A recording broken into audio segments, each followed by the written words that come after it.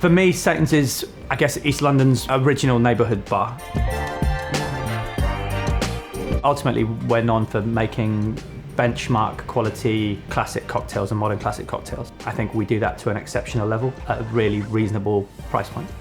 It was spun as a neighbourhood bar because there wasn't much of a culture of that kind of thing when we opened the venue. If we call it neighbourhood, there'll be no expectations, nobody will expect anything great from us. Easy way to not be pressured, I suppose. We're increasingly unique in the type of drinks that we make. That wasn't the case necessarily 20 years ago when most bars were making similar kinds of drinks. But now, there aren't many bars that make drinks a la minute the way that we do. It's not a dying art, but it's certainly less popular than it used to be. A couple of reasons I think we're popular with bartenders. We're a really good place to hang out.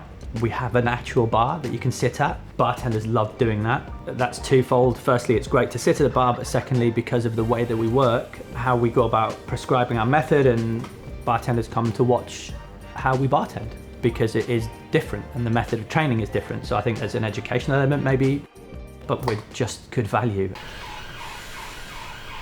This doesn't happen at the Connaught, lads, does it?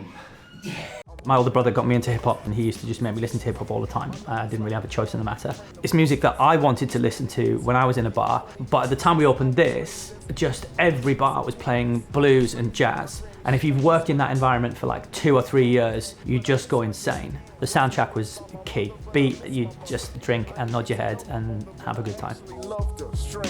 I made the studio my home. Every time I touch a microphone.